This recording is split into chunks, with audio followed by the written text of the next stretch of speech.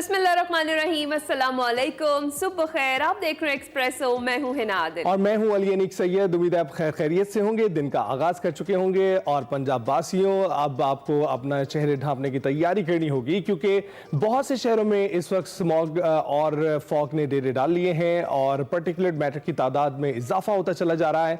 अगर रहीम यार खान की बात करें तो आज 433 वहां पर रिकॉर्ड किया गया है और आलूदगी में तेजी से इजाफा हो रहा है। कुछ शहरों में तो खासकर रहीम यार खान, शेखुपुरा में जहाँ पे 297 हैं, 294 के करीब रिकॉर्ड किया गया है पर्टिकुलर मैटर। और लाहौर में भी कुछ सूरत हाल ऐसी है कि पर्टिकुलर मैटर की तादाद में इजाफा होता जा रहा है ना। यहाँ पर जो लोग हैं अक्सर आपको सड़कों पर अपनी गाड़ियाँ दौड़ाते हुए नजर आते हैं और मोटरसाइकिल्स दौड़ाते हुए नजर आते हैं, तो इन लोगों को खासकर तैयारी करनी चाहिए। वो N95 जो मास्क है ना, उसका इस्तेमाल करना चाहिए क्योंकि दीगर इलाकों में जहाँ पर सड़कें वैसे उस तरह से अवेलेबल नहीं है, उतनी तादाद में गाड़ियाँ नहीं हैं, वहाँ पर भी आलूदगी इतनी होने लगी है, तो शहरों में सूरत हाल थोड़ी सी मुख्तलिफ होने जा रही है। जी हाँ, ठंड है तो उसकी वजह से जो धुंध है वो आपको नज़र आती है। आज वैसे कदरे लाहौर का मौसम मैंने देखा बेहतर था और कोई ख़ास बहुत ज़्यादा धुंध नहीं थी। हाँ, पैचेस में थी, कुछ ऐसे खुले एरियाज थे जहाँ पर रास्ते में ज़्यादा धुंध दिखाई दी, वैसे क्लियर था। और अच्छी चीज़ ये कि हर 2-3 दिन के बाद जब सूरज आ जाता है तो मौसम जो है वो बेहतर हो जाता है, थोड़ी सर्दी की शिद्दत में भी कमी आ जाती है और धुंध वाला मामला भी किसी हद तक बेहतर हो जाता है। जनाब, आपने दोनों सूरतों में अपना बहुत ज़्यादा ख्याल रखना है और एहतियात के साथ ही, और गैर ज़रूरी सफ़र से इज्तनाब भी किया कीजिए इस तरह के मौसम में। जनाब, एक और भी हमारे पास जी अच्छी खबर ही कह लें, PSL में 1 दहाई का सफ़र मुकम्मल हो गया और लाहौर के जो शाही किला है उसके हुजूरी बाग में प्लेयर्स ड्राफ्टिंग की तकरीब हुई और उसमें लाहौर कलंदर्स ने star Kiwi batter Daryl Mitchell, Sri Lanka के बैटर कुशाल परेरा को पिक किया है। स्पिनर आसिफ आफरीदी भी कलंदर्स में शामिल हो गए हैं और कराची किंग्स ने डेविड वार्नर का इंतखाब किया है, जबकि kiwi star Kane Williamson supplementary category में शामिल किए गए हैं और बांग्लादेशी खिलाड़ी लिटन दास और कीवी फास्ट बॉलर एडम मिलने का भी कराची से इंतखाब किया गया है। मीर हमजा और आमिर जमाल भी किंग्स का हिस्सा बन गए हैं। पेशावर ज़ल्मी की बात करें तो English cricketer Tom Kohler, Cadmore और जनूबी अफ्रीका के कॉर्बन बोश का इंतखाब किया गया है और बांग्लादेशी फास्ट बॉलर नाहिद राना भी ज़ल्मी को भाग गए हैं। कोयटा ग्लैडिएटर्स ने Kiwi star batter Mark Chapman और फिन एलन का इंतखाब किया है, जबकि ऑलराउंडर फ़हीम अशरफ भी कोयटा का हिस्सा बन गए हैं। मुल्तान सुल्तान्स ने वेस्ट इंडीज़ के बैटर्स जॉनसन चार्ल्स और शाय होप को पिक कर लिया है। क्रिकेटर यासिर खान भी मुल्तान सुल्तान्स का हिस्सा बन गए हैं, जबकि इस्लामाबाद यूनाइटेड ने वेस्ट इंडीज़ के ऑलराउंडर जेसन होल्डर और ऑस्ट्रेलवी बैटर मैथ्यू शॉर्ट का इंतखाब किया है। फास्ट बॉलर सलमान इरशाद भी इस्लामाबाद यूनाइटेड का हिस्सा बन गए हैं। जी हाँ, PSL सीजन 10 की ड्राफ्टिंग की रंगारंग जो तकरीब थी उसमें मुख्तलिफ स्टार प्लेयर्स को फैंस चॉइस अवार्ड से भी नवाजा गया है। स्टार बैटर बाबर आजम को PSL बेहतरीन बैटर फैन चॉइस अवार्ड दिया गया। जैसन रॉय को PSL इनफरादी बैटिंग फैंस चॉइस अवार्ड से नवाजा गया और इसके साथ साथ फास्ट बॉलर शाहिन शाह अफरीदी ने PSL बेहतरीन बॉलर फैन चॉइस अवार्ड अपने नाम किया है। ऑलराउंडर शादाब खान को PSL most valuable player fan choice award से भी नवाजा गया है। तो जनाब, ड्राफ्टिंग हो गई है मुकम्मल। अब हम देखेंगे जी क्या हमारा PSL का रंगारंग मेला जो हर बार सजता है और फैंस बड़े एक्साइटेड होते हैं, ख़ास तौर पे जो हमारे इंटरनेशनल प्लेयर्स आकर खेलते हैं और जिन जिन टीम से वो शामिल होते हैं उनके लिए वो बड़े खुश होते हैं और बड़े एक्साइटेड होते हैं क्रिकेट शायकीन। और जनाब, जो मेला सजता है 1 दहाई का मेला है, आपको सेलिब्रेट करना चाहिए। कामयाबी से PSL की फ्रेंचाइज इस वक्त जारी है और ड्राफ्टिंग मुकम्मल हो गई है। चलें अब सियासत की बात भी करते हैं, बड़ी खबर की जानिब।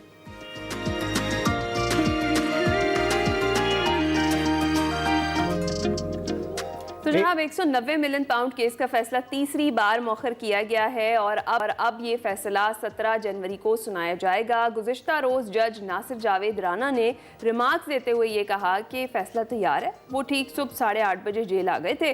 बानी PTI को 2 मरतबा पैगाम भिजवाए मगर वो अदालत नहीं आए, ना बुशरा बीबी अदालत पहुंची और ना ही उनके वकील आए। फैसला मौखर कर रहे हैं और अब 17 जनवरी को सुनाया जाएगा। ताहम तहरीके इंसाफ के जो रहनुमा हैं उन्होंने फैसला मौखर होने पर तशवीश का इजहार किया है और इसके बरक्स मौक़िफ़ अपनाया है। चेयरमैन PTI बैरिस्टर गौहर ने 190 मिलियन पाउंड केस को सियासी करार दिया है और दावा किया है कि उन्हें दिन 11 बजे फैसला सुनाने का कहा गया था। बुशरा बीबी अदालत में पेशी के लिए रास्ते में थी और बानी PTI को तो अदालत में पेश करना जेल इंतजामिया की जिम्मेदारी है, मगर जज साहब ने आने से पहले ही अपनी मर्जी से फैसला मौखर कर दिया। खान साहब ने ना कोई बेनिफिट लिया है, न कोई सरकार को हुआ है, न उस यूनिवर्सिटी के वो मालिक है, वो फकत एक ट्रस्टी है। ये केस बिल्कुल बेहुदा बेसलेस केस है। अगर इंसाफ का फैसला हो तो आज खान साहब की बाइज्जत बरी होना लाजिम था। हम बिल्कुल तैयार हो के इस नीयत से आए थे कि आज फैसला सुनाया जाएगा, लेकिन ये फैसला जज साहब ने अपनी मर्जी से डेट डाल करके आगे मौखर किया है। किसी भी डील का नतीजा नहीं है ये। जबकि अलीमा खान ने मीडिया से गुफ्तगू करते हुए ये बताया कि बानी पीटीआई फैसला मौखर होने पर बिल्कुल भी खुश नहीं है। वो चाहते हैं कि केस का फैसला जल्द अज जल्द हो जाए ताकि इसको हाई कोर्ट में लेकर जाएं। बानी पीटीआई नहीं, हुकूमत दबाव में है। हिम्मत है तो 17 जनवरी को फैसला सुनाकर दिखाएं। ऐसी घसीटा इस केस को सजा सुनाओ ताकि हम ये केस हाई कोर्ट में लेकर जाएं। वो चाहते हैं कि सारी दुनिया को पता चले कि अल कादिर यूनिवर्सिटी क्या है। और इस पर वफाकी वज़ीर इत्तलात अताउल्लाह तारड़ ने फैसला मौखर होने का जिम्मेदार पीटीआई को करार दिया है और उन्होंने कहा है कि बानी पीटीआई ने ताखीरी हरबों में पीएचडी की हुई है। कभी वो वकील तब्दील करते हैं और कभी वकालतनामा बदल लेते हैं। तारीख लेना उनका हमेशा का वतीरा रहा है। जो बंदा सच्चा हो वो कभी ताखीर नहीं करता और तारीख नहीं लेता। हरबे इस्तेमाल करने की रिवायत है अदालती केसेस के अंदर। इस पे बानी चेयरमैन पीटीआई ने तो मेरा ख्याल है पीएचडी की हुई है और वो 6 साल की, जो मैंने आपको फॉरेन फंडिंग का बताया कि 6 साल का, उसके अंदर एक उन्होंने कभी एक स्टे ऑर्डर, कभी एक तारीख, कभी दूसरी तारीख। तो ये हमेशा इनका वतीरा रहा है। जो बंदा साफ सुथरा होता है, जो बंदा पता होता है कि मैं बेगुनाह हूँ, वो कभी तारीख नहीं लेता, वो कभी वकील चेंज नहीं करता, वो कभी वकालतनामा चेंज नहीं करता, वो कभी नहीं कहता कि जी मुझे तारीख दे दें। उधर हुकूमत और पीटीआई के दरमियान मुज़ाकरात का तीसरा दौर जो है वो 16 जनवरी बरोज़ जुमेरात को होगा, जिसमें पीटीआई तहरीरी मुतालबात पेश करेगी। तहरीक इंसाफ तहरीरी तौर पर अपने मुतालबात हुकूमत के सामने रख सकती है। अब देखना यह है कि तहरीरी मुतालबात के बाद हुकूमत का लाएअमल क्या होगा। गुज़िश्ता रोज़ कौमी असम्बली में तहरीक इंसाफ ने वज़ीर आज़म के बताए हुए जापान में फैक्ट्री वर्कर्स के तर्ज पर एहतजाज किया, बू बू के नारे लगाए। इस पर ख्वाजा आसिफ बोले कि ऐसे वाक़यात से मुज़ाकरात का अमल मुतासिर हो सकता है।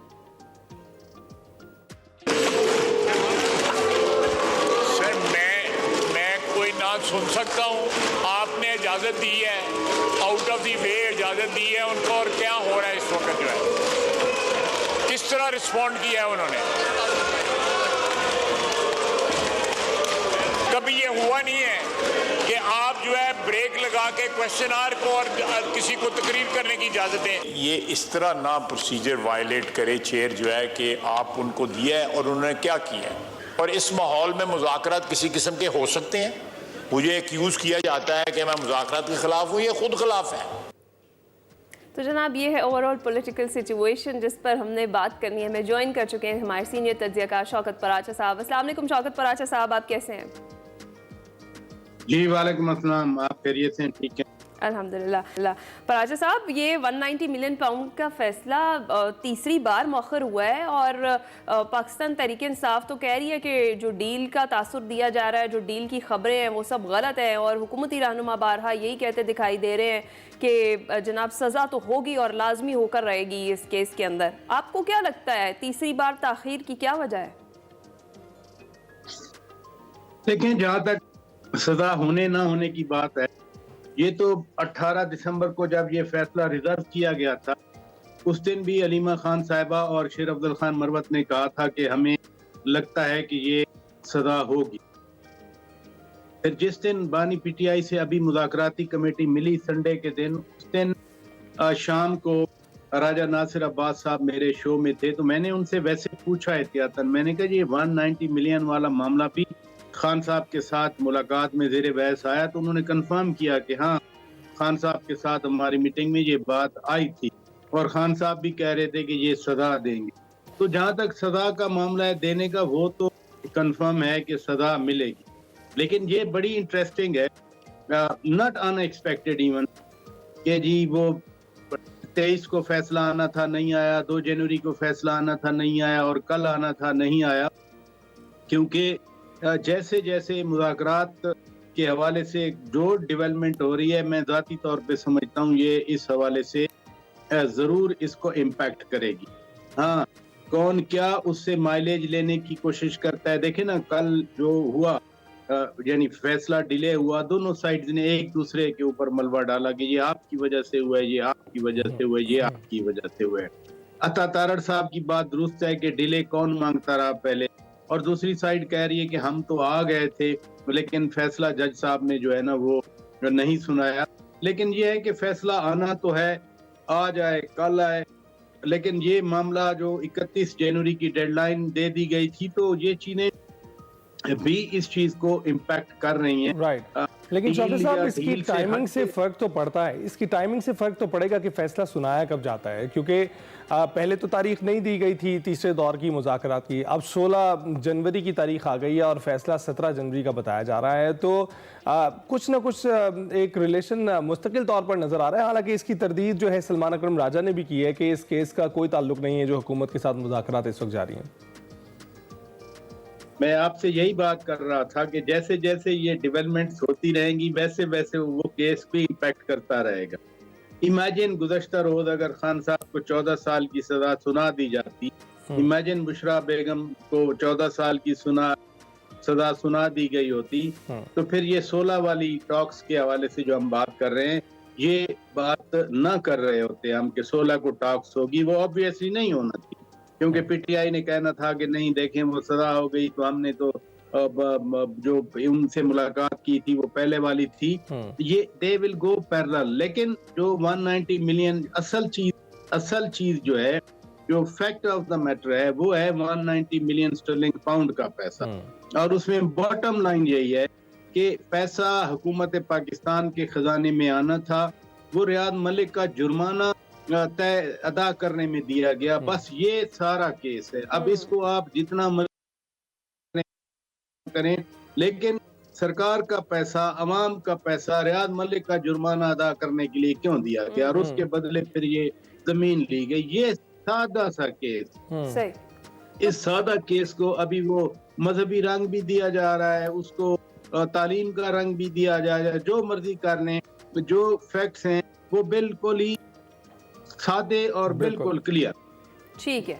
अच्छा परांजा साहब, ये जो मुज़ाकरात का तीसरा दौर अब होने जा रहा है, वैसे तो ये बड़ा खुशाइंद है, क्योंकि सिवाय साहिबजादा हामिद रज़ा ने ये कहा है कि अगर जुडिशल कमीशन नहीं बनता तो फिर मुज़ाकरात नहीं चल सकेंगे। शिबली फराज यही कहते हुए दिखाई दिए और दीगर रहनुमा भी कि ये जो फैसला है ये मुज़ाकरात पर असरअंदाज नहीं होगा, इस केस का जो भी फैसला आएगा, और वो मेंटली प्रिपेयर है कि क्या इस केस का फैसला आने वाला है। अब जब तहरीरी तौर पर मुतालबात सामने रखने जा रही है पाकिस्तान तहरीक इंसाफ, तो आपको लगता है कि मुतालबात हुकूमत तस्लीम करने की पोजीशन में है?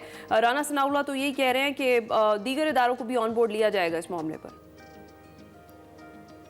देखे ना, जो तहरीरी तौर पर देंगे मुतालबात तो यही है कि सबको रिहा किया जाए, इंक्लूडिंग खान साहब। आपको याद है जब संजानी वाला मामला आ रहा था तो खान साहब ने कहा था कि इनके लिए बेहतर था कि ये मुझे रिहा कर देते, लेकिन इन्होंने रिहा नहीं किया, तो अब भुगते। तो रिहाई तो सब चाहते हैं, और ये वैसी बात होती है कि जी वो बाकी सियासी कैदियों की रिहाई चाहते हैं, और वो कहते हैं कि मैं आखिर में हूँगा।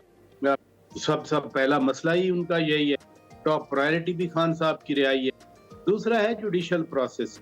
देखें अभी जो केस चल रहे हैं, मसलन कल बुशरा बेगम साहिबा की वो जो अबूरी जमानत थी कैंसिल हुई, वो किस अदालत से हुई? वो एडिशनल सेशन जज जो यानी नॉर्मल कोर्ट्स हैं पाकिस्तान की, उससे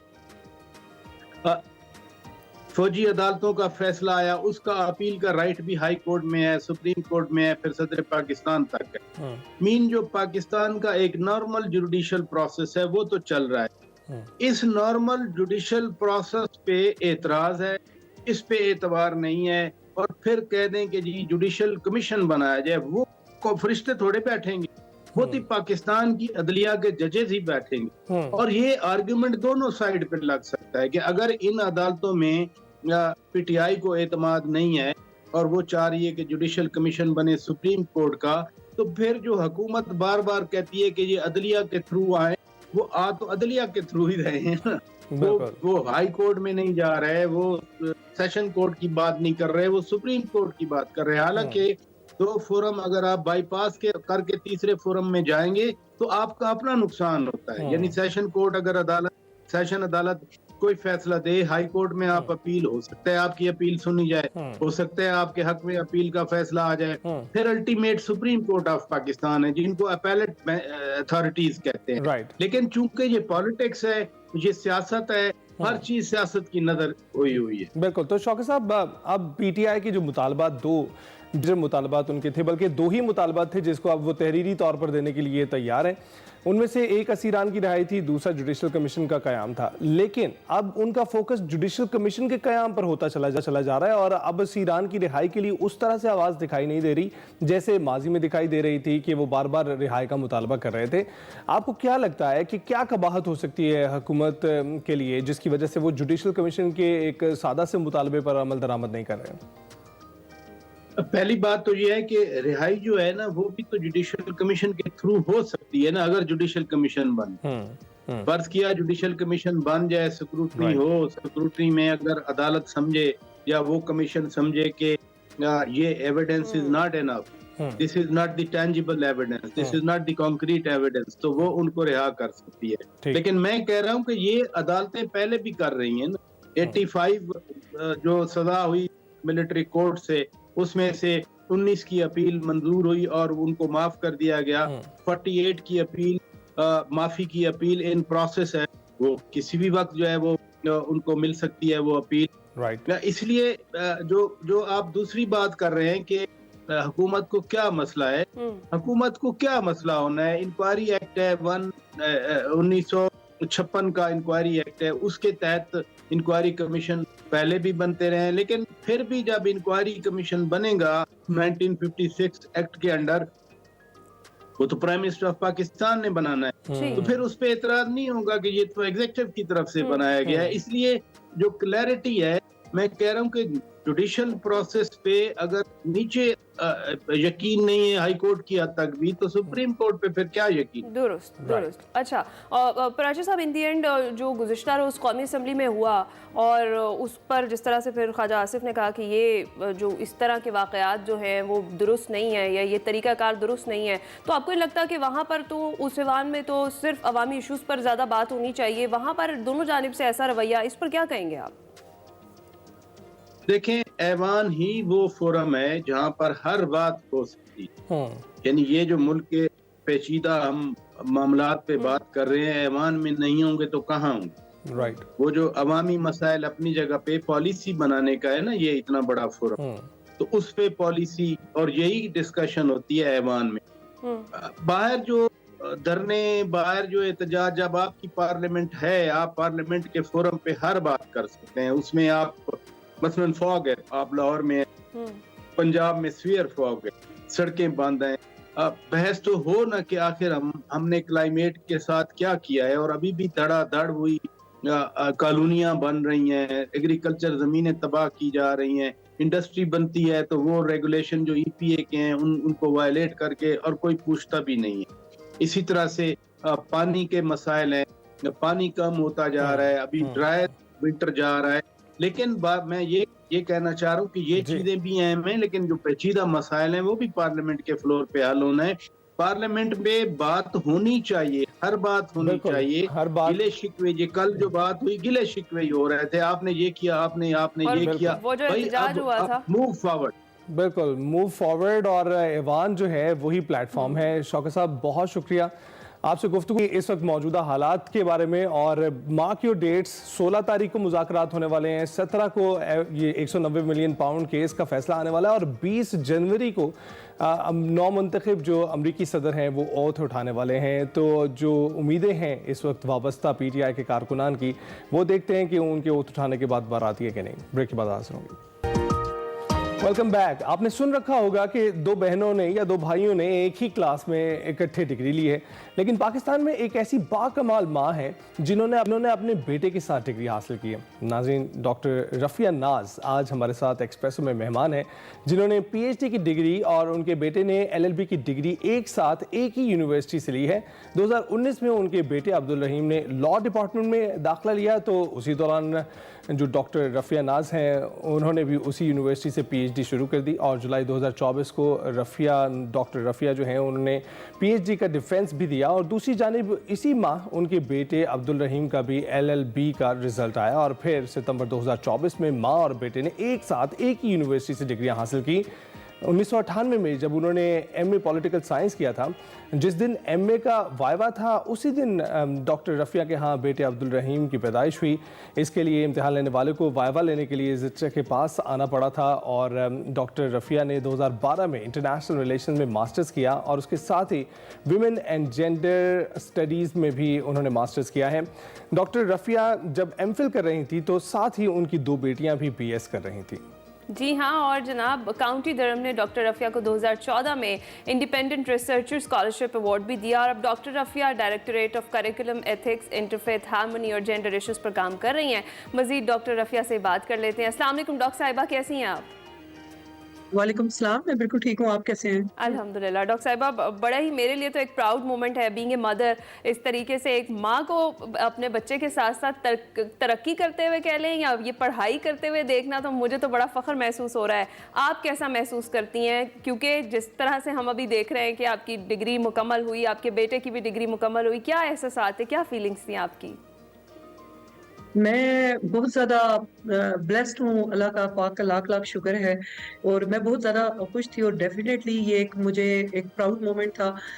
डिग्रियाँ तो मैंने इससे पहले भी ली। पहली डिग्री मैंने अपनी बेटी जो अभी शादीशुदा भी है उसके साथ मैंने पहली BSc की डिग्री उसको उठा के मैंने वसूल की। इस दौरान मेरे जो 5 मास्टर्स और आखिरी डिग्री जो है वो मैंने अपने बेटे के साथ ली और ज़ाहिर है ये एक बहुत खुशी की बात है और मुझे इस तरह लग रहा था कि जैसे कोई जैसे कहता है कि मायूस होकर सोचूं तो दुनिया में कुछ नहीं, हिम्मत करके देखूं तो सब जहां मेरी रिस्क। क्या बात है, क्या बात है। डॉक्टर साहिबा, लोग वीज़े लेते हैं इतनी तेज़ी से जितनी तेज़ी से आपने जो डिग्रियां ली हैं, तो ये बताइएगा कि कुछ खास लगन पढ़ाई से, कुछ खास शौक जिसकी वजह से आपने कंटिन्यू किया? क्योंकि 3 बच्चों में अगर आप मसरूफ़ हैं, आपके पास तो वक्त ही नहीं होता पढ़ने के लिए।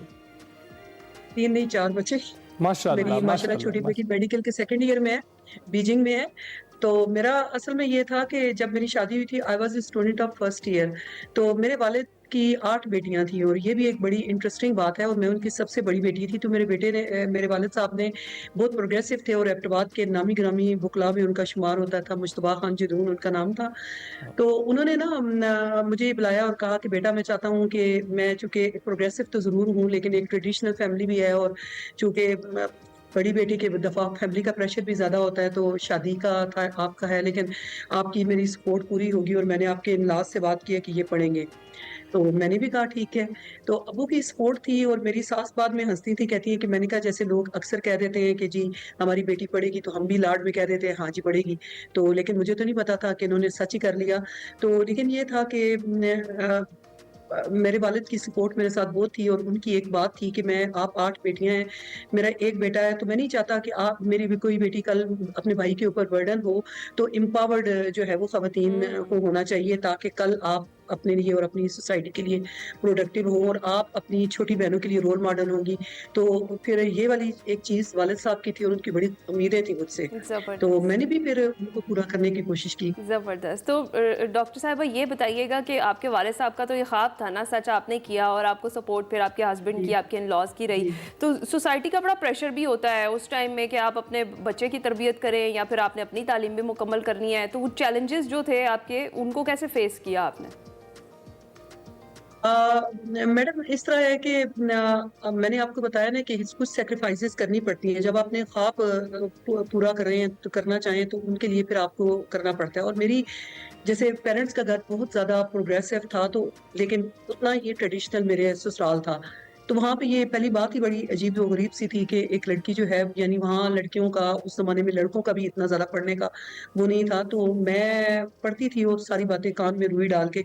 लेकिन इसके लिए सैक्रिफाइसेस ये करने पड़ते थे कि मैं सुबह नूर के तड़के जैसे कहते हैं उठ जाना और अपनी नींदें कुर्बान करना, सास का हर वो काम करना जिससे वो खुश हों, और फिर वो अल्टीमेटली एक टाइम आया कि उनको लगा कि बिल्कुल मैंने घर को डिस्टर्ब नहीं होने दिया और آخر میں میں نے اپنے بچوں کے ساتھ بھی پورا ٹائم دیا.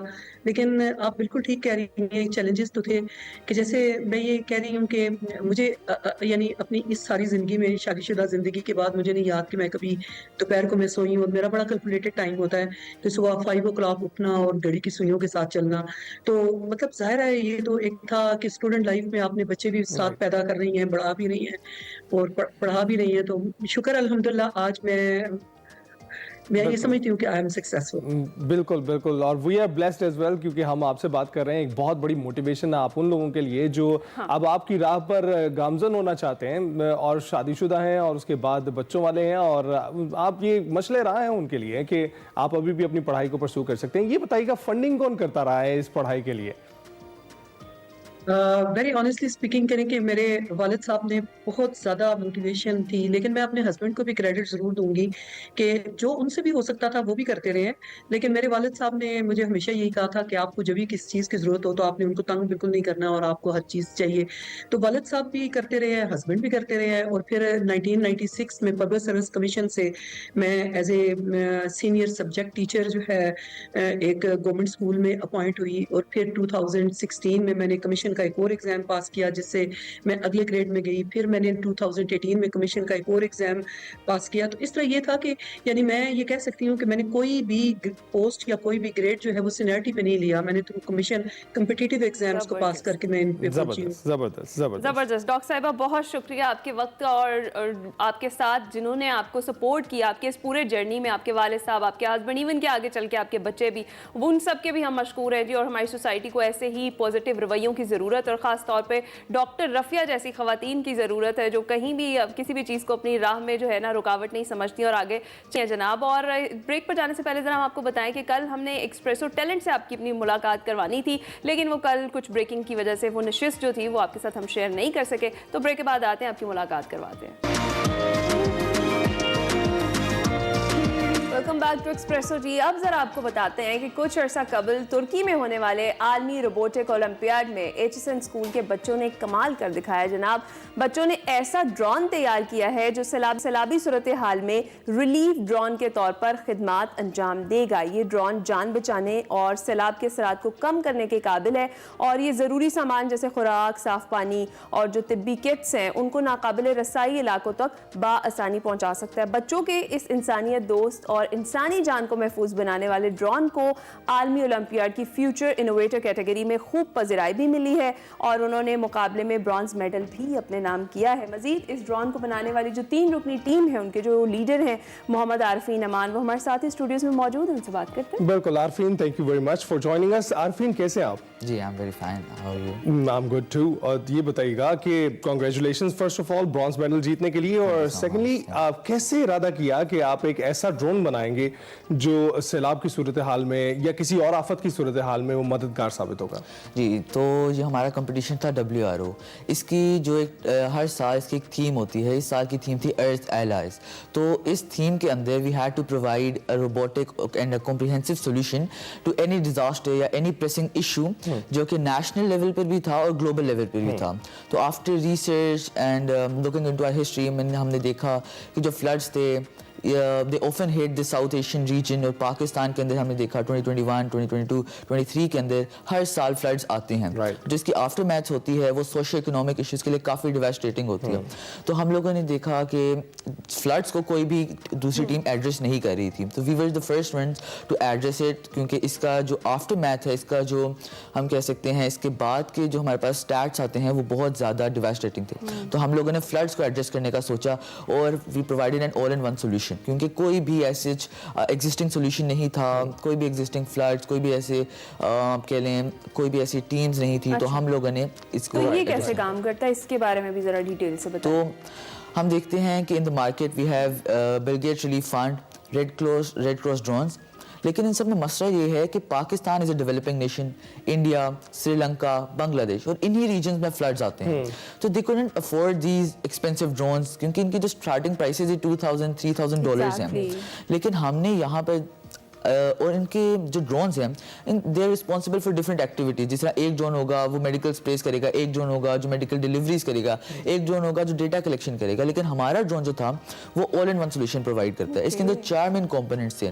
نمبر 1 تھا real time data collection, number 2 تھا میڈیکل اسپریئنگ, نمبر 3 میڈیکل ڈیلیوریز, اور نمبر 4 جو کہ سب سے امپورٹنٹ چیز یہ تھی, our drone detected life under rubbles. ہمارے ڈرون کے اندر تھرمل امیجنگ ہے اور ساتھ ہی ساتھ ہمارے پاس ہے motion radar sensor, microwave motion radar sensor, جو کہ ڈیٹیکٹس لائف انڈر ربلس. اس سے جو ہمارے پاس ہیلی کاپٹرز ہیں, آرمی کے آپریشنز ہیں, ٹائم بھی کم ہوتا ہے, فیول ایفیشنسی بھی ہمارے پاس بڑھتی ہے, اور جو کاربن ایمیشن ہے وہ بھی کم ہوتا ہے. تو ہم گلوبل وارمنگ کو بھی کم کر سکتے ہیں اس کے تھرو, اور we can protect the aftermath, we can reduce the aftermath of the floods as well. Right. تو ویسے تو بہت انوویشن آ رہی ہے. اب ہم دیکھتے ہیں ٹیکسی ڈرونز بھی آ رہے ہیں, کچھ ڈیلیوری ڈرونز جو امیزونز وغیرہ جو ڈفرینٹ سائٹس ہیں وہ شروع کر رہے ہیں. تو آپ نے یہ آئیڈیا سوچا کہ اس کو کسی بہتر کام کے لیے بھی استعمال کیا جا سکتا ہے, تو اس میں کیا ایسی چیز ہے؟ یہ آپ نے تھرمل امیجنگ وغیرہ کے بارے میں بتایا, لیکن اس کے علاوہ یہ کس طرح سے اپ لفٹ کرتے ہیں سامان کو جو وہاں پہ پہنچایا جائے, کیونکہ بہت سامان کی ضرورت ہوتی ہے جب ایسے سیلاب آتے ہیں. جی, تو سب سے پہلی چیز یہ کہ ہم لوگوں نے اس سے پہلے اور بھی ڈرونز بنائے تھے. اب کیونکہ ویٹ ہمارا ڈرون کا اپنا بھی اراؤنڈ 1 kg to 2 kg تھا, تو ہمیں ایک گڈ اپ لفٹ چاہیے تھا. تو ہمارے پاس موٹرز تو پہلے ہی اچھی تھی, لیکن جو ہمارے پاس مٹیریل تھا وہ ہم لوگوں نے پہلے پی وی سی یوز کیا, پھر ووڈ یوز کیا. لیکن ڈرونز اکثر ہم نے دیکھا ہے کہ وہ میٹل اسٹیل فریمز کے اندر جاتے ہیں, جس کی وجہ سے ان کا ویٹ کافی زیادہ بڑھ جاتا ہے. But thanks to Radiant Construction Technologies, ایک کمپنی تھی that is basically specified and advanced in retrofitting and carbon fibre technologies. تو ہم لوگوں نے کاربن فائبر کو چوز کیا, which is a lightweight frame, جس کی وجہ سے ہمارا ڈرون بذات خود بہت لائٹ ویٹڈ ہے, اسٹیبلٹی ہے, جس کی وجہ سے ہم کافی زیادہ سامان ایک ہی ڈرون کے تھرو بھیج سکتے ہیں. اور پھر جب ہم اس کو امپلیمنٹ کریں گے ان ویسٹ فیلڈس, تو ہم ایک ڈرون نہیں کریں گے, we'll make bunch of drones, جس کے اندر ہم بہت ساری کٹس ہوں گی, جس طرح UNHRC کی جو فرسٹ ایڈ کٹس ہوتی ہیں, اس کے اندر بیسک نیڈس کی ساری چیزیں اویلیبل ہوتی ہیں. تو ہم بہت سارے ڈرونز ایسے بنائیں گے with each one of them equipped with 2 to 3 kits, so they can fly to the areas and provide people. زبردست. اچھا, مجھے یہ بتائیں کہ آپ نے بتایا کہ جو ایکسپینسو ڈرونز ہیں ڈیفینیٹلی ہم افورڈ نہیں کر سکتے. آپ کے ڈرون پہ کیا کاسٹ ابھی تک آئی ہے, اور اگر آپ اس کو ارادہ رکھتے ہیں, ڈیفینیٹلی آپ نے بنایا ہے اس لیے, تو جب یہ کمرشل ہوتا ہے تو اس کی کیا کاسٹ ہوگی؟ دیکھیں, it generally was expensive, around 3 to 4 lakhs ہماری اس کے اوپر کوسٹ آئی تھی, اور یہ کوسٹ تھی فار 1 ڈرون. کمپیریزن کے اندر اگر اس کو ریشیو کے اندر ریلیٹیو دیکھا جائے تو کافی زیادہ یہ چیپ تھا. اور دوسری چیز یہ کہ اگر ہم اس کو بلک کے اندر بنائیں گے تو ہماری کوسٹ فردر ریڈیوس ہو جائے گی, اور ہمارے پاس فورن انویسٹمنٹ بھی آئے گی. اگر ہم UNSC کو, ہم لوگوں نے WWF تھی, ہمارے پاس ہیلتھ منسٹری تھی, ہم لوگ ان کے ساتھ ان کانٹیکٹ رہے. پھر جو اخوت کے چیف فائنانس اور چیف آپریشن تھے وہ بھی ہمیں نیشنل راؤنڈ پہ ملے تھے, quite interested, they were ready to invest in our project. تو اگر ہمیں انویسٹمنٹ ملے گی اور ہم اس کو بلک کے اندر بنائیں گے تو obviously ہماری جو پرائس تھا وہ کم ہو جائے گی. بالکل. تو عالمی اولمپیاڈ میں حصہ لینا آپ کے لیے کیسا رہا؟ It was quite good, ایک ویری گڈ ایکسپیرینس. اور ہم نے دیکھا کہ جب ہم انٹرنیشنل راؤنڈ پہ گئے تو ہم نے دیکھا کہ relatively where was Pakistan standing. China, Thailand, Bangladesh, بہت سارے 85 کنٹریز ہوئے تھے. تو ہم لوگوں نے وہاں پر دیکھا کہ our product was indeed very good compared to others. اور بس یہ تھا کہ تھوڑا جگہ کا ایشو ہوتا ہے, it was a no fly zone, تو ہم اس کو امپلیمنٹ کر کے نہیں دکھا سکے. تو generally it was quite good, quite fun. زبردست. اچھا, مجھے یہ بتائیں عارفین, اوور آل ایکسپیرینس آپ کا بڑا اچھا رہا. پارٹیسپیٹ کرنے کا اس طرح کے جو اولمپیڈ ہوتے ہیں, ڈیفینیٹلی ہمارے پاس بہت زیادہ ٹیلنٹ ہے پاکستان میں. کیا پروسیجر ہے, کس طریقے سے پارٹیسپیٹ کیا جا سکتا ہے؟ دیکھیں, یہ جو انسٹیٹیوٹس ہیں, اسکولس ہیں, سب سے پہلے تو یہ انکریج کرے اپنے جو ہیں بوائز کو. پھر اوپر سے جو اسٹوڈنٹس خود ہیں وہ بھی کمپیٹیٹیو ہونے کی کوشش کریں.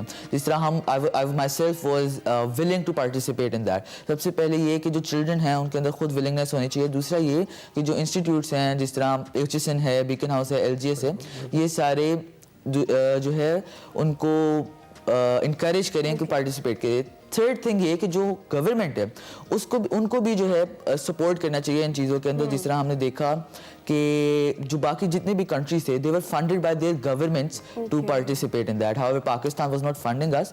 تو میں چاہوں گا کہ in future پاکستان گورنمنٹ کو بھی بچوں کو سپورٹ کرنا چاہیے. بالکل سپورٹ کرنا چاہیے, اور آپ جیسے بچوں کو تو خاص طور پر کرنا چاہیے جو برانز میڈل جیت کر لے کر آ رہے ہیں, اور انشاءاللہ گولڈ بھی ہمارا ہوگا, ڈائمنڈ بھی ہمارا ہوگا انشاءاللہ. جیسے کاز لے کر آپ چل رہے ہیں, تھینک یو ویری مچ عارفین, آپ نے ہمیں جوائن کیا, اپنا کاز شیئر کیا, اپنی شیئر کی, اور آپ کے ساتھ شیئر کرنے کے ساتھ ساتھ یہ آپ دیکھ سکتے ہیں کہ ہمارے بچوں میں بہت ٹیلنٹ موجود ہے, ہمارے بچوں میں بہت سکل موجود ہے, لیکن اس کو نرچرنگ کی ضرورت ہے, جو اسکولوں میں تو ملتی ہی ہے, لیکن اس کو آپ کو حکومتی سطح پر بھی پھیلانے کی ضرورت ہے تاکہ یہ بچے مزید نرچر ہوں اور مزید آگے جائیں.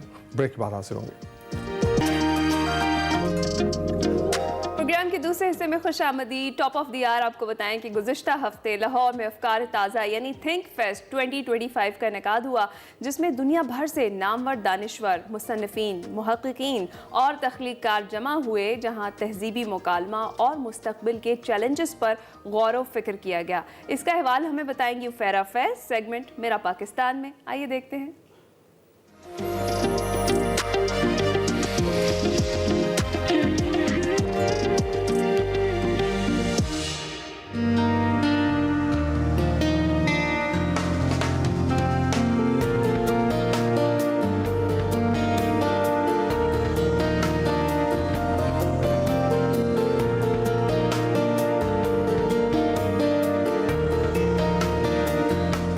اس وقت میں الحمرہ آرٹ کونسل لاہور میں منعقد ہونے والے تھنک فیسٹ 2025 میں موجود ہوں.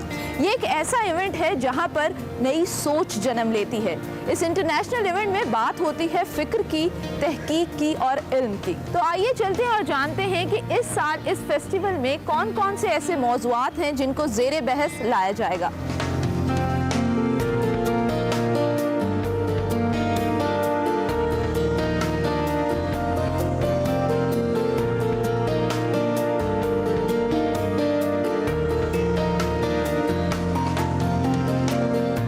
السلام علیکم سر. جی وعلیکم السلام. سر, پاکستان کا اپنے ہمسایہ ممالک کے ساتھ جو تعلقات ہیں وہ کس طرح سے بہتر ہو سکتے ہیں؟ جی آپ نے اچھا سوال کیا. پاکستان کے ہمسایہ ممالک کے ساتھ تعلقات تو اسی وقت بہتر ہوں گے کہ جب پاکستان کے اندر کوئی ایک کنسنسس ہوگا. جب نواز شریف نے کوشش کی تو ان کو کہا گیا وہ مودی کا یار ہیں, وہ غدار ہیں. پھر آپ نے دیکھا ہوگا کہ عمران خان کے زمانے میں ٹریڈ کی اجازت دے دی گئی, پھر اگلے دن اتنا پریشر آیا, اسی کابینہ نے وہ اجازت واپس لے لی. تو اس کے لیے میں سمجھتا ہوں جب تک قومی اتفاق رائے نہیں ہوگا وہ بلڈ کرنا اس میں سیاستدانوں کی اولین ذمہ داری ہے. وہ اگر ایک پیج پہ نہیں ہوں گے, وہ ایک دوسرے کو دشمن بنائیں گے, دو چور ڈاکو کہیں گے, جیلوں میں بھریں گے. کل دیکھیے نواز شریف جیل میں تھے تو عمران خان صاحب کہتے تھے بڑا اچھا ہو رہا ہے. آج عمران خان جیل میں ہے تو وہ ان کی پارٹی کہتی ہے جس کو جیل میں رکھو. تو اس طرح تو معاملہ حل نہیں ہوگا. پاکستان اس دائروں میں گھوم رہا ہے. Thank you so much sir. Welcome.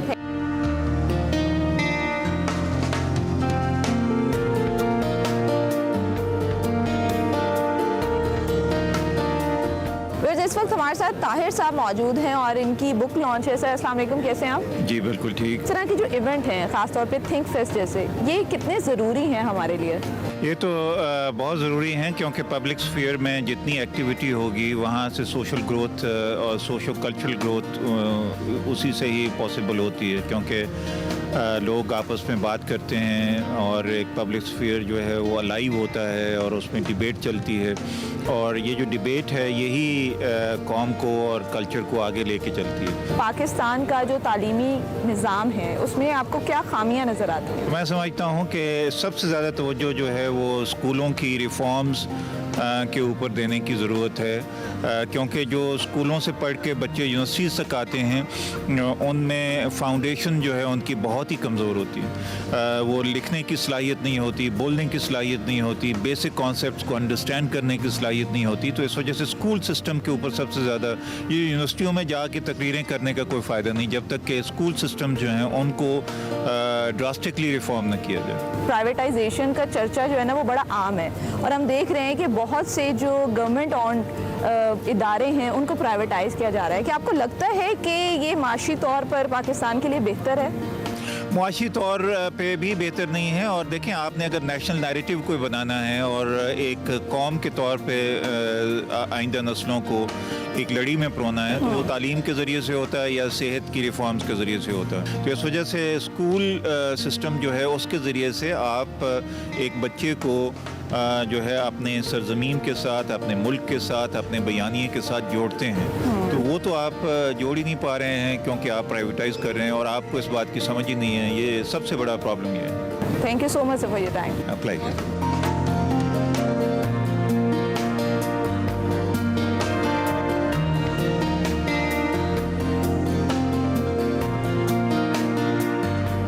अच्छा, मुझे बताओ कि आपको रीडिंग का शौक है? I am, लेकिन I am more of E book reader. Okay, अच्छा, तो ये एक क्रिज्मा होता है अलग ही, जब आप बुक को हाथ में पकड़ते हो, उसकी स्मेल को फील करते हो, जब आप पेज पलटते हो, तो आपको नहीं लगता कि ई बुक का जो दौर आ चुका है उसमें वो क्रिज्मा कहीं धुंधला सा गया है? बिल्कुल ऐसा तो है, लेकिन ऐसा है कि ई बुक्स जो है वो ज़्यादा रेडिली अवेलेबल होती हैं, तो लोग जो है ना इजीली एक्सेस करके पढ़ लेते हैं। But I think nothing can beat the charm of physical book, that's for sure. चलें, thank you so much for your time. Thank you so much.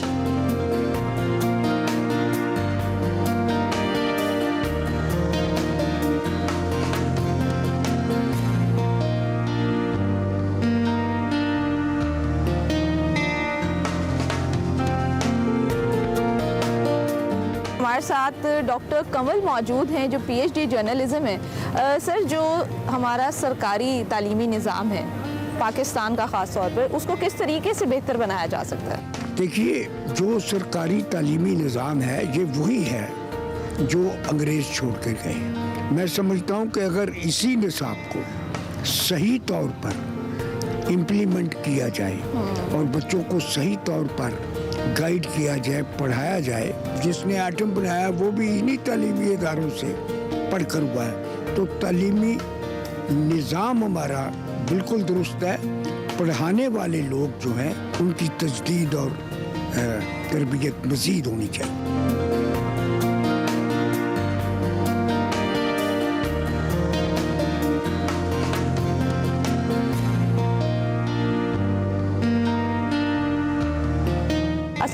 वालेकुम सलाम। आपने लोहड़ी करवाई, उसके चर्चे पूरे लाहौर में हैं। मुझे बताएं कि लोगों का रिस्पांस कैसा था? बहुत अच्छा रिस्पांस की ये हालत है कि हमारा टाइम था 6 से 8 बजे, तो 9:30 तक ढोल बज रहा था। 9:30 हमने ढोल वाले को वापस भेजा और ये जो नौजवान थे सारे वो उसे फिर लेके आ गए। तो हम शुक्रगुजार हैं, अल्लाह ने हमें ज़िंदगी में पहली बार इजाज़त दी, वरना तो हमें इजाज़त नहीं मिलती। हमें प्राइवेट प्लेसेस पे इस तरह की इवेंट करते हैं। अच्छा मैम, पंजाबी जो ज़बान है, ये कल्चर और ये जो विरसा है, इसको इंटरनेशनल लेवल पर फ़रोग़ देने के लिए आपकी नज़र में क्या इक़दामात हमें करने चाहिए? अनफॉर्चुनेटली पाकिस्तान बनने के बाद वो, क्योंकि हमने इसको इस्लामिक रिपब्लिक ऑफ पाकिस्तान बनाया, तो हमें लगा कि हमारी जो कल्चर चीज़ें हैं, इसमें नाचना गाना ढोल और ये चीज़ें हैं और ये औरतें और आदमी मिल के नाचते हैं, तो इस्लाम को ख़तरा ना पड़ जाए। साथ जो हमारा हमसाया मुल्क है, उन्होंने अपने उस कल्चर और हेरिटेज को ज़िंदा रखा। वो देखें दुनिया में कहाँ पहुँच गए हैं। हमारी जो पंजाब के हमारे खेस, हमारी फुलकारियाँ, हम छाबियाँ बनाती थी औरतें, वो सारा चीज़ जो है उसको हम पूरी दुनिया में मार्केट कर सकते थे। सिंध सरकारी स्कूल बच्चे सिंधी पढ़ते हैं, पहली जमात तो कंपलसरी है। सूबा सरहद पश्तो पढ़ते हैं, बलोचिस्तान बरोई और बलोची पढ़ते हैं। पंजाब जिहड़ा तुहाडी आबादी का 65% है, उत्थे तुसीं बालां नूं पंजाबी स्कूलों च नहीं पढ़न देंदे। बच्चे स्कूल पंजाबी पढ़नगे, उन्होंने पता चलेगा साडी हिस्ट्री की है, बुल्ले शाह कौन ने, वारिस शाह कौन ने, शाह हुसैन, माधू लाल कौन है, बाकी जिहड़े साडे सूफी बजुर्ग ने, बाबा फरीद कौन ने। अमन दा ते मुहब्बत का पैगाम पढ़ांगे तो अपनी दहशतगर्दी मुक जानी है। इस तो बड़ी देर तो हुकूमत नूं मिन्नतां करने हैं, फिर वो हुकूमत का है मसला कि उन्होंने किसी चीज़ ते जोर दईए तो उन्होंने लगता है भी तुसीं दुश्मन हो साडे, सानूं क्रिटिसाइज करदे हो। तो बस यह है सारा। बहुत शुक्रिया।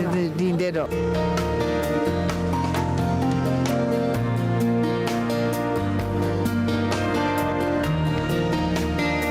क्या नाम है है आपका? आमिना। आमना, आपका क्या नाम है? मलीहा। ख़वातीन को दरपेश मसाइल हैं, आप लोग उनके बारे में आगाही दे रहे हो ताकि लोग आपस में कनेक्ट कर सकें। तो आपसे अगर मैं पूछूं कि किस तरह की मुश्किलात का आपको सामना करना पड़ता है डेली रूटीन में जब भी आप घर से बाहर निकलती हैं? Safety I would say, because even though हमारे यहाँ पे काफ़ी अब सिक्योरिटी है वुमेन की लाहौर में, लेकिन फिर भी एक दिल में खौफ सा रहता है कि कुछ ना कुछ हो जाए, बिकॉज हम लोग न्यूज़ में देखते रहते हैं, जब न्यूज़ में एक बात चल जाती है उसके बाद आपके दिल में खौफ आ जाता है। अगर हम रात को मसलन अगर मैंने यहाँ से रात को घर जाना है, मैं उबर कर आ रही हूँ, तो उबर में हम गाड़ी पर जाएंगे तो हमें डर लग रहा होगा कि रात बहुत हो गई है तो कुछ हो ना चाहे। So that is one thing, safety.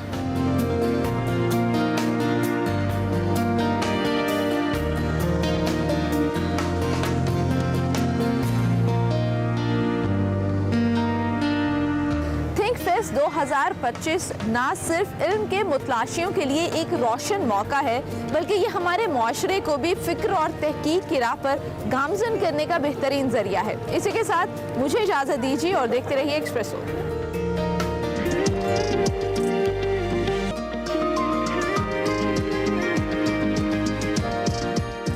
Welcome back to Expresso. जनाब, हमने शो की शुरुआत में पाकिस्तान सुपर लीग की बात की थी, तो अब ज़रा तफसीली जायज़ा ले लेते हैं। 10वें एडिशन के लिए प्लेयर्स की ड्राफ्टिंग मुकम्मल हो चुकी है और PSL 10 की प्लेयर्स ड्राफ्टिंग की तकरीब लाहौर के हजूरी बाग में हुई, जहां फ्रेंचाइज के मालिकान और टीम मैनेजमेंट ने अपनी अपनी टीम तश्कील दी है, जिस दौरान सीज़न का सबसे महंगा खिलाड़ी कराची किंग्स ने ख़रीदा है और प्लेटिनियम कैटेगरी में कराची किंग्स ने साबिक ऑस्ट्रेलवी जारे मिजाज बैटर डेविड वार्नर पिक किए हैं। कराची किंग्स ने डेविड वार्नर को $3 लाख यानी कि 8 करोड़ 36 लाख रुपए के मुआवजे के साथ अपनी टीम में शामिल किया है। और इसी माहिदे के साथ वार्नर PSL 10 के सबसे महंगे खिलाड़ी बन गए हैं। इसके अलावा कराची किंग्स ने न्यूजीलैंड के केन विलियमसन को भी अपनी टीम में शामिल किया है। लाहौर कलंदर्स ने star Kiwi batter Daryl Mitchell, Sri Lanka के बैटर कुशाल परेरा को पिक किया है। स्पिनर आसिफ आफरीदी भी कलंदर्स में शामिल हो गए हैं और इसके साथ साथ पेशावर ज़ल्मी ने English cricketer Tom Kohler, Cadmore और जनूबी अफ्रीका के कॉर्बन बोश का इंतखाब किया है। कोयटा ग्लैडिएटर्स की बात करें तो उन्होंने kiwi star batters mark Chapman और फेन एलन का इंतखाब किया है और ऑलराउंडर फहीम अशरफ भी कोयटा ग्लैडिएटर्स का हिस्सा बन गए हैं। मुल्तान सुल्तान्स ने वेस्ट इंडीज़ के बैटर जॉनसन चार्ल्स और शाय होप को पिक किया है और क्रिकेटर यासिर खान भी मुल्तान सुल्तान्स का हिस्सा बन गए। इसके साथ ही इस्लामाबाद यूनाइटेड की बात करेंगे। वेस्ट इंडीज़ के ऑलराउंडर जेसन होल्डर और ऑस्ट्रेलवी बैटर मैथ्यू शॉट का इंतखाब किया गया है। फास्ट बॉलर सलमान इरशाद भी इस्लामाबाद यूनाइटेड का हिस्सा बन गए हैं और साबिक कप्तान सरफराज अहमद समेत कई क्रिकेटर्स PSL 10 में जगह बनाने में नाकाम रहे हैं। ये है जी तमाम तर सूरत हाल और इस पर बात हमारे साथ मौजूद हैं स्टूडियोज में यूसुफ अंजुम साहब। अस्सलाम वालेकुम यूसुफ साहब, कैसे हैं आप? हाँ बिल्कुल ठीक ठाक अल्हम्दुलिल्लाह। सबसे पहले तो बताएं कैसी रही ड्राफ्टिंग की सेरेमनी और कौन कौन गेस्ट आए हुए थे? चेयरमैन PCB क्या वहाँ मौजूद थे? जरा अहवाल तो बताएं। हिना 2016 में PSL का आगाज़ हुआ था दुबई से, हमने मुकाबले वहाँ पे देखे। उसके बाद अब 2025 आ गया, 10वां उसका एडिशन है। पहली बार ये जो ड्राफ्टिंग सेरेमनी थी ओपन एयर में रखी गई थी, तो एक अच्छा आइडिया था, बड़ा इसमें बेहतरीन चीज़ें वहाँ पे देखने को मिली। और 2 साबिक जो चेयरमैन थे PCB के खालिद महमूद साहब, वो भी उसमें वहाँ पे मौजूद थे। ज़का अशरफ साहब जिनके दौर में ये PSL का आगाज़ हुआ था, उनको भी मदऊ किया गया था। साबिक कप्तान ज़हीर अब्बास भी वहाँ पर थे। इसके साथ जितने भी टीम के मालकान हैं, कोचेज़ हैं, कैप्टन हैं, वो वहाँ पर मौजूद थे। आकिब जावेद नहीं थे क्योंकि आकिब जावेद आपको पता है कि लाहौर कलंदर्स के सब साथ नहीं है, वो पाकिस्तानी टीम के साथ है, इसलिए उनकी जगह पर दूसरे लोग वहाँ पर मौजूद थे। अच्छी तकरीब थी, एक ज़बरदस्त यहाँ वहाँ पर चीज़ें हमने देखने को मिली। इसमें थोड़ी सी मैं आपको ये भी एडिशन करता चलूँ कि 2016 में जब ये तमाम इसके जो कॉन्ट्रैक्ट्स हुए थे टीमों को सेल आउट किया गया था, तो उसमें था कि 10 साल तक आप ना इसको बेच सकेंगे और ना इस 6 टीमों में कोई इजाफा होगा। अक्सर हम सुनते थे कि 7वीं टीम को शामिल किया जाए, कश्मीर टीम के नाम से भी बनाया जाए, लेकिन वो मुमकिन नहीं था। अब चूंकि ये आखिरी ड्राफ्ट था, इसलिए मालकान ने भी थोड़ा कंजूसी से काम लिया। बड़े नामों को उन्होंने ज़ाहरा नहीं पिक किया क्योंकि आखिरी एडिशन है, कौन चाहता है कि मैं ज़्यादा पैसे खर्च करूँ। तो इसलिए अब 2010 के बाद जो एडिशन है, ये 2010वां एडिशन के बाद जब अगला एडिशन होगा 2026 में, तो उससे पहले जितनी भी टीमें हैं इनको दोबारा रीसेल किया जाएगा। वो आप भी ले सकती हैं, अली भी ले सकता है। इसके पास ज़ाहरा पैसे तो अब अली के पास होंगे तो वो टीम ले सकता है। तो ये एक चांस होगा उन लोगों के लिए जो पहले PSL में दिलचस्पी रखते हैं, टीम नहीं ले पाए, वो अक्सर ख्वाहिश भी करते रहे मैं टीमों का हिस्सा बनाया जाए और इसमें अब इजाफा भी हो सकता है। तो इम्कान यही है कि एक सियालकोट और ये फैसलाबाद की एक मुश्तरका टीम बन के मेरे ख्याल में अगले जो एडिशन होगा उसमें आएगी। तो बहुत से इसमें नाम कई ऐसे थे जो बड़े नाम जो मिस हुए, जिनको पिक नहीं किया गया। सरफराज अहमद के बारे में अक्सर वो हम कहते हैं वो धोखा नहीं देगा, लेकिन उसको कोयटा वालों ने इस बार धोखा दे दिया। उसको कैसा है उनको अब खिलाने के अलावा कोचिंग में लेकर जाना, ये कैसा है? देखेंगे सरफराज अहमद को भी सोच लेना चाहिए कि अब एक वक्त होता है हर खिलाड़ी पे, वो अरूज भी आता है, जवाल भी आता है, उसने रिटायर भी होना होता है। सरफराज को पीसीबी ने पहली मेंटोर बना दिया कि उस तरफ कोचिंग की तरफ आ जाए, तो इसलिए कोयटा वालों ने भी सोचा कि सरफराज से बेहतर है कि किसी यंगस्टर को मौका दिया जाए। और लेकिन कोयटा वालों की ये अच्छाई हम कह सकते हैं कि उन्होंने सरफराज को हमेशा के लिए छोड़ा नहीं, उसको कप्तान कोच बना दिया ताकि वो टीम के साथ रहें, उनका तजर्बा टीम के काम आए। तो मेरे ख्याल में अच्छी चीज़ है, सरफराज को भी अब थोड़ा कोचिंग की तरफ आना चाहिए। वो बहुत उनका तजर्बा है कीपिंग के हवाले से, बैटिंग के हवाले से भी, कप्तानी के हवाले से भी। तो पाकिस्तान टीम के लिए उनकी खिदमत यकीनी तौर पर ली जाएगी फ्यूचर के लिए। तो यूसुफ भाई, आपके ख्याल से सबसे अच्छी जो प्लेयर सिलेक्शन है वो किस टीम ने की है? देखिए, इस बार मुझे लगता है कि जो होमवर्क था वो कराची वालों का सबसे ज़्यादा अच्छा था। उन्होंने खासी मेहनत की है, पहले इतनी मेहनत वो करते रहे हैं लेकिन उसका कोई फल ज़्यादा उनको नहीं मिल पाया। इस बार उन्होंने कोशिश की कि जो 10वां एडिशन इसको कामयाब किया जाए। उन्होंने पैसे भी खर्च किए हैं और यकीनी तौर पर डेविड वार्नर का आना उनका टीम का मोराल बूस्ट करेगा। डेविड वार्नर यकीनी तौर पर T20 में गो के रिटायरमेंट ले चुके हैं, लेकिन वो अब भी लीग के लिए तो एक मजबूत कैंडिडेट होते हैं हर टीम के लिए। तो उनका आना मेरे ख्याल में एक नेक शगुन है। इससे दूसरे जो खिलाड़ी उनको भी थोड़ा एतमाद में इजाफा होगा। ओवरऑल अगर देखा जाए तो मैं समझता हूँ कि कराची की टीम को इस बार ये फेवरेट होना चाहिए और उसको जीतना भी चाहिए, क्योंकि उसका कम्बिनेशन सबसे अच्छा दिखाई दे रहा है। ऑन पेपर सबसे अच्छा है। अब फील्ड में वो कैसे परफॉर्म करते हैं, कौन सी टीम अच्छा परफॉर्म करती है, तो बाद में जब 8 अप्रैल से क्योंकि इसका आगाज़ होना है PSL का, अभी तो क्योंकि ड्राफ्टिंग हुई, उसके बाद 19 मई को ही पता चलेगा कि कौन चैंपियन इस बार बनता है। सही है। अच्छा, और ये जिस तरीके से गैर मुल्की प्लेयर्स जो इंटरनेशनल प्लेयर्स हैं उनका आना और उनको उनकी शमूलियत PSL 10 में भी जैसे हमेशा ही होती है हर PSL में, ये पाकिस्तानी क्रिकेट के लिए आपके ख्याल में कितनी फ़ायदेमंद है? देखें, जब PSL का आगाज़ हुआ था तो हम चाह रहे थे कि इसका मुकाबला IPL से किया जाए। लेकिन बदकिस्मती कह लें या जो भी हालात कह लें वो नहीं कर पाए। हम ये भी नहीं कह सकते कि PSL हमारा जो दूसरे या तीसरे दर्जे का ब्रांड बन चुका है। PSL में कुछ खामियां भी थी कि बड़े नाम नहीं आ सके उसमें। अब ये कह सकते हैं कि जो इंडियन लॉबी थी उसने भी खासी मुतहरक रही, क्योंकि वो नहीं चाहती कि IPL के मुकाबले में कोई बड़ी लीग खड़ी की जाए। ये बात नहीं है कि हम पैसा खर्च करना नहीं चाहते, पैसा खर्च करना चाहते हैं, लोगों को लाना भी चाहते हैं, लेकिन एक वो होता है ना कि IPL में चूँकि पैसे ज़्यादा मिलते हैं वो क्रिकेटर्स को रोक भी देते हैं कि आपने PSL में हिस्सा नहीं लेना, उसके बदले में आपको इतना हम ज़्यादा मुआवजा देंगे। तो ये रुकावटें थीं जिनकी वजह से कुछ बड़े नाम जो हम समझते जिनको आना चाहिए था, क्योंकि PSL एक अच्छा ब्रांड बन चुका था, उसकी बड़ी एक लोग उसकी रिस्पेक्ट भी करते थे, लेकिन वो अभी तक हो नहीं पाया। जो चाहते थे कि फर्स्ट क्लास जो क्रिकेटर्स हैं, बड़े नाम हैं, वो T20 के वो उसमें आए जिस तरह IPL में जाते हैं। हो सकता है कि आने वाले दिनों में जब मामलात अच्छे हों, थोड़े मजीद बेहतर हों, तो अगला जो एडिशन उसमें कुछ बेहतरी नजर आए। किसी के लिए बड़ी हो ना हो, हमारे लिए तो एक ऐसी सीरीज है कि पूरी नजरें जमी होती है और कुछ लोग देखते भी है, फॉलो भी करते हैं। PSL के बाहर भी जो शायकीन, क्रिकेट शायकीन देखते रहते हैं वो कि हमारे PSL में कौन, बहुत से खिलाड़ी हम यहाँ से प्रोड्यूस होकर हमारे पास पहुँचे, अभी नेशनल टीम में खेल रहे हैं।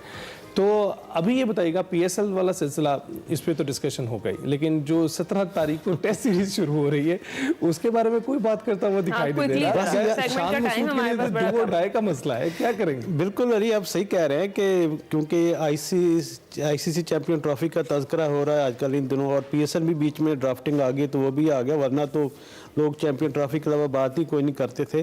और चूँकि ये टेस्ट सीरीज़ है, पाकिस्तान के लिए भी बड़ी एक अहम सीरीज़ है, इसमें हम 7 नए खिलाड़ियों को मौका मिला है। और यकीनी तौर पर ये जो यंगस्टर जिन्होंने डोमेस्टिक में परफॉर्म किया, जिसमें अबू हुरैरा, उन्होंने काफ़ी ज़ाहरा बेहतरीन परफॉर्मेंस दी है। खुरम शहजाद का कम बैक हुआ है, तो मेरे ख्याल में अब उनके पास मौका है कि ख़ुद को मनवाएं।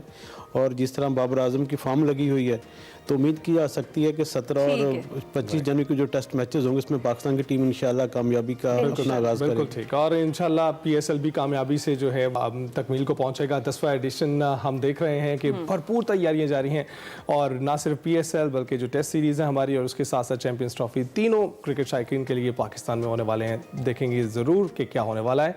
ब्रेक के बाद हाजिर होंगे। फातिह खैबर, हैदर करार, खातून जन्नत, बीबी फातिमा-उज़-ज़हरा अलैहिस्सलाम के शौहर नामदार अमीरुल मोमिनीन हज़रत अली इब्न अबी तालिब अलैहिस्सलाम का यौम विलादत आज 13 रजब को अकीदत और एहतराम से मनाया जा रहा है। तमाम आलिम इस्लाम को और देखने वालों को फातिह खैबर अमीरुल मोमिनीन सैयदना अली उल मुर्तज़ा करमुल्लाह वजहो की यौम विलादत मुबारक हो। सैयदना अली उल मुर्तज़ा करमुल्लाह वजहो शेर खुदा हैं। आपको ये मुनफरद एजाज़ हासिल है कि आपकी विलादत खाना काबा में हुई। आपने अपनी पहली निगाह जमाल रसालत माब सल्लल्लाहु अलैहि वसल्लम पर डाली और साया नबी सल्लल्लाहु अलैहि वसल्लम में परवरिश पाई। हजूर नबी करीम सल्लल्लाहु अलैहि वसल्लम का इरशाद पाक है, अली के चेहरे को देखना इबादत है। आज हम सैयदना अली उल मुर्तज़ा शेर खुदा का जिक्र पाक करेंगे और इस पर गुफ्तगू करने के लिए सबसे पर्टिनेंट हमारे साथ प्रोफेसर फहद अली काज़मी साहब मौजूद हैं, उन्हीं से बात करेंगे। बिल्कुल प्रोफेसर साहब, बहुत बहुत शुक्रिया हमें ज्वाइन करने के लिए। और एक आज ख़ास दिन है यौम विलादत के हवाले से, तो फ़ज़ाइल बयान कीजिएगा कुछ पहले शुरुआत में। जी, बिस्मिल्लाहिर्रहमानिर्रहीम। थैंक्स अ लॉट आपको, आपके व्यूअर्स को, कुल उम्मत मुस्लिमा को जनाब अमीरुल मोमिनीन हज़रत हैदर करार की यौम विलादत बहुत बहुत मुबारक हो। और हज़रत अली के जो फ़ज़ाइल हैं वो तो इमाम अहमद बिन हम्बल रहमतुल्लाह अलैह फरमाते हैं कि कुल सहाबा में अगर किसी एक फ़र्द की बात करें जिसके सबसे ज़्यादा फ़ज़ाइल वारिद हुए हैं अहादीस मुस्तफ़ा में सल्लल्लाहु अलैहि वसल्लम, वो पर्सनैलिटी अमीरुल मोमिनीन हज़रत अली इब्न अबी तालिब करमल्लाह वजहहु अलैहिस्सलाम की है। और आप अगर कुरान की बात करें, आया ततहीर, आया मुबाहला, आया मवद्दत, इक़बाल ने भी जैसे अपनी शायरी में एक जगह कहा ना, ताजदार हल अता, तो सूरह दहर की आयात। इमाम फ़खरुद्दीन राज़ी तो फरमाते हैं कि कुरान की 300 आयात ऐसी हैं जहाँ पर अल्लाह रब्बुल इज़्ज़त या अय्युहल्लज़ीना आमनू फरमा रहे हैं, ए ईमान वालों। उन ईमान वालों के, मैं अपनी लैंग्वेज में कह रहा हूँ, उन ईमान वालों के कैप्टन हज़रत अली उल मुर्तज़ा हैं। तो कुरान में भी ईमान वालों में हज़रत अली को एड्रेस है और हज़रत अली उनके लीडर हैं, सरदार हैं, सैयद हैं। सरकार दो आलम अलैहिस्सलातु वस्सलाम ने लातादाद मौक़े के ऊपर, आप देखें हर वॉर के अंदर फ्लैग उनके पास था, बदर में, उहद में, खंदक में, खैबर में, हर जगह आपको हज़रत अली उल मुर्तज़ा नज़र आएंगे। हिजरत की रात उस बिस्तर पर लेटे जिब्रील और मीकाईल उनकी हिफाजत कर रहे हैं। ये हमारे उलमाए अहले सुन्नत ने इसको रिकॉर्ड किया और प्रेजेंट किया। मन कुन तो मौला की शान वाले सरकार दो आलम ने फरमाया, अली मुझसे है, मैं इससे हूँ, मेरे बाद अली हर मोमिन का वली है।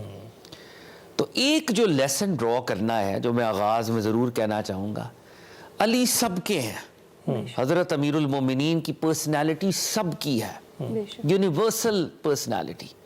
और प्रॉफिट सल्लल्लाहु अलैहि वसल्लम ने उनको कुल उम्मत के लिए रोल मॉडल बनाया है। बेशक। मुझे बीबी आयशा सदीक़ा तैयबा ताहिरा की एक रवायत याद आती है। एक सहाबी जो हैं अपनी वालदा के साथ बीबी उम्मुल मोमिनीन की बारगाह में हाजिर हुए। फरमाते हैं मेरी वालदा अंदर चली गई और मैं पर्दे के दूसरी तरफ मर्दों वाली साइड पे जैसे होंगे, तो मैं अपनी वालदा की आवाज़ सुन सकता था। मेरी वालदा ने बीबी साहिबा रज़ी अल्लाह ताला अन्हा से कुछ बात की तो हज़रत अली पर बात आ गई। तो बीबी आयशा सदीक़ा रज़ी अल्लाह ताला अन्हा ने फरमाया, तुम मुझसे अली के बारे में पूछती हो? और फिर आपने कसम खाई। इमाम हाकिम सही मुस्तदरक के अंदर इसको लेके आए हैं। बीबी आयशा सदीक़ा फरमाती हैं, अली उल मुर्तज़ा वो है, खुदा की कसम, हुजूर रिसालत माब सल्लल्लाहु अलैहि वसल्लम की निगाहों में उनसे ज्यादा महबूब कोई नहीं था, और इस रूए ज़मीन में उनकी ज़ौजा से ज़्यादा ख़वातीन में नबी पाक को कोई महबूब नहीं था। ये बीबी आयशा सदीक़ा रज़ी अल्लाह ताला अन्हा ने फरमाया। और जनाबे अबू ज़र गफ़ारी रज़ी अल्लाह ताला अन्हु, मशहूर सहाबी रसूल, इमाम हाकिम इसको भी लेके आए हैं। उस दौर के अंदर एक डिस्कशन होती थी, एक तो ईमान वाले थे, एक कुफर वाले थे, तो ब्लैक एंड वाइट तो पता था, हिपोक्रेट्स का पता नहीं चलता था, मुनाफिक जो जाहिर में कुछ और है बातिन में कुछ और है। तो क्या लिटमस टेस्ट हो, तो हदीस में उसका लिटमस टेस्ट सरकार दो आलम ने अता किया। इमाम मुस्लिम भी उसको रवायत को लेके आए। तो उसका एक और वर्जन इमाम हाकिम लेके आए। जनाब अबू ज़र गफ़ारी रज़ी अल्लाह ताला अन्हु फरमाते हैं, हम मुनाफिकों को पहचानते थे 3 चीज़ों से। नंबर 1, मुनाफिक अल्लाह और उसके रसूल की तकजीब करते थे, अल्लाह और उसके रसूल को झुटलाते थे। नंबर 2, नमाजों में पीछे रहते थे। नंबर 3, हजरत अली उल मुर्तज़ा से बुग़्ज़ रखते थे। यानी आप हजरत अली का जिक्र करें, अगर आपके अंदर कोई कंफ्यूजन पैदा हो रही है, आपके चेहरे के तासुरात बदल रहे हैं, या आपकी दिल में सख्ती आ रही है, तो हमें इवैल्यूएट करना पड़ेगा। वी ऑल एज ह्यूमंस हमें इवैल्यूएट करना पड़ेगा कि ये दिल में सख्ती क्यों आ रही है। नाउज़ बिल्लाह कहीं बुग़्ज़ की निशानी तो नहीं है, और अगर ये बुग़्ज़ है नाउज़ बिल्लाह, तो फिर तो ये हिपोक्रेसी की तरफ मैं बढ़ रहा हूँ। तो मेरे ईमान के लिए मोहब्बत अहले बैत और मोहब्बत अमीरुल मोमिनीन बहुत ज़रूरी है, और एक यूनिवर्सल नोशन है जिसके पर हमें चलना है। और जिस तरह से नबी करीम सल्लल्लाहु अलैहि वसल्लम ने हज़रत अली को इल्म का दरवाज़ा करार दिया, उनकी इल्मी जो कदर मंज़िलत है उस पर भी ज़रा रोशनी डालें। ये तो हिना साहिबा बहुत बड़ा सवाल आपने किया है। हज़रत अली उल मुर्तज़ा के हवाले से हमारे सहाबा की जमात में बहुत बड़े आलिम हज़रत अब्दुल्ला इब्न मसूद रज़ी अल्लाह ताला अन्हु, खुद बहुत बड़े जबलुल इल्म, सरकार दो आलम के स्टूडेंट, और फरमाते हैं कि मैंने कुरान की गालिबन 70 सूरतें सरकार दो आलम से डायरेक्टली पढ़ी और सीखी, और फिर सरकार दो आलम का विसाल हुआ, रिमाइंडर मैंने अली उल मुर्तज़ा से उनकी तफसीर और तावील हासिल की। और अमीरुल मोमिनीन के हवाले से हज़रत अब्दुल्ला इब्न मसूद फरमाते हैं कि मैंने सरकार दो आलम से सुना सल्लल्लाहु अलैहि वसल्लम, हिकमत के 10 हिस्से हैं, एक हिस्सा कायनात में तकसीम हुआ है, बाकी 9 अली उल मुर्तज़ा को इनायत किए गए। यानी सरकार की उम्मत में सल्लल्लाहु अलैहि वसल्लम वो जो विजडम है, वो जो स्पिरिचुअलिटी है, वो जनाब अब्दुल्ला इब्न मसूद के इस हदीस के रिवायत से वो हज़रत अली उल मुर्तज़ा को, और हज़रत अली उल मुर्तज़ा फरमाते हैं, ये आपका कौल है, आप फरमाते हैं अगर मेरे लिए मसनद बिछा दी जाए तो अहले तौरात को तौरात में से, अहले इंजील को इंजील में से, अहले कुरान को कुरान में से उनके मसाइल के जवाबात इनायत करूं। He was such a great scholar। और आप देखें हमारी मुस्लिम रिवायत में, आप फ़िक़्ह की बात करें, आप हदीस की बात करें, आप फ़िलासफ़ी की बात करें, आप तसव्वुफ़ की बात करें, मेटाफिज़िक्स की बात करें, कॉस्मोलॉजी की बात करें, वो कौन सा इल्म है जिस पे हज़रत अली उल मुर्तज़ा ने कलाम नहीं किया और उसके प्रिंसिपल्स जो हैं हमारे सामने नहीं रखे। गवर्नेंस के प्रिंसिपल्स, आपका एक लेटर है जो आपने अपने गवर्नर को लिखा, और आज तक it is a masterpiece in governance. वो हमारे सिविल सर्विसेज की एकेडमी के अंदर भी बयान किया जाता है, अक़वाम मुत्तहिदा के अंदर प्रेजेंट किया जाता है। That letter is a masterpiece, और काश वो लेटर हम अडॉप्ट भी कर पाए। अडॉप्ट भी कर सकते हैं, और हमारे लिए रोल मॉडल तो हैं ही, और हम फॉलो भी करते हैं आज तक उनके फरमुदात और इरशादात के हवाले से उसकी रोशनी में। लेकिन नस्ल नौ के लिए आप क्या समझते हैं कि आज क्या अहकामात उनके जो हैं उन पर गौर करना चाहिए, फ़िक्र करनी चाहिए? देखिए, मैं एक बात ज़रूर कहूँगा कि लफ्ज़ी तौर पे मैं और आप हज़रत अली का जिक्र कर रहे हैं, हम एक्सपीरियंस के दर्जे पे हज़रत अली को फॉलो नहीं कर रहे। बिल्कुल। हज़रत अली उल मुर्तज़ा एक बिल्कुल फ़र्क पर्सनालिटी हैं, जो एक कल्चर के लेवल के ऊपर, मतलब मैं ये समझता हूँ कि मैंने हज़रत अली का नाम ले लिया, मैंने एक दिन खुशी मना ली, तो मैंने हज़रत अली का हक अदा कर दिया। ऐसा नहीं है। हज़रत अली की हायर डिमांड्स हैं। हज़रत अली आपको तौहीद पर चलाना चाहते हैं, वो रिसालत माब सल्लल्लाहु अलैहि वसल्लम के आपको खादिम बनाना चाहते हैं, और वो दुनिया के अंदर किस तरह रहना चाहते हैं। एक हकूकुल इबाद का फ्रेमवर्क है जो अल्लाह और उसके रसूल ने दिया है, वो चाहते हैं कि आप हकूकुल इबाद के उस फ्रेमवर्क को अडॉप्ट करें। अली उल मुर्तज़ा पिसे हुए तबकों की आवाज़ है। अली उल मुर्तज़ा पिसी हुए तबकों की आवाज़ है। आप मुझे हज़रत अम्मार बिन यासर की एक वो हदीस, प्रॉफिट सल्लल्लाहु अलैहि वसल्लम ने उनको एड्रेस किया, हज़रत अम्मार उसको रिवायत करते हैं, उस हदीस का एक टुकड़ा है, उसमें सरकार दो आलम ने फरमाया अली उल मुर्तज़ा के क़ल्ब में अल्लाह ने मसाकीन के लिए मोहब्बत रखी है। तो मैं हज़रत अली का जिक्र कर रहा हूँ, क्या मस्कीनों से मोहब्बत करता हूँ, हैव नॉट्स के साथ खड़ा होता हूँ, जहाँ पे जुल्म हो रहा है मजलूम के साथ खड़ा होता हूँ? क्या अली उल मुर्तज़ा सेक्टेरियन फिगर है या यूनिवर्सल फिगर है? क्या उन्होंने उम्मत को जोड़ा है या सेक्टेरियन बातें की हैं? ये सारी बातें मुझे करनी है। These are the hard questions, the conversation that I need to carry out, that the discourse।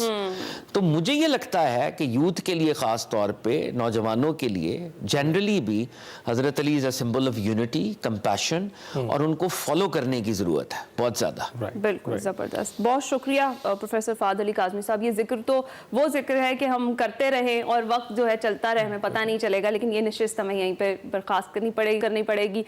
सबको 13 रजब है, हज़रत अली का जो यौम विलादत है वो बहुत बहुत मुबारक हो। अभी हम छोटी सी ब्रेक पर जाएंगे।